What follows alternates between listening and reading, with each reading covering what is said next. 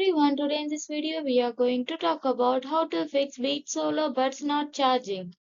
Fix 1. Reset your Beat Solo Buds. Place your both buds in the charging case. Hold down the buttons on both buds at the same time for 10 seconds.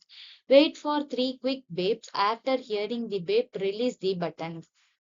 Fix 2. Clean the buds and charging case. Gently clean the buds and the inside of the charging case. Dust and dirt could be blocking the charging connectors. Fix 3. Try a different USB-C cable. Swap the USB-C cable with a different one.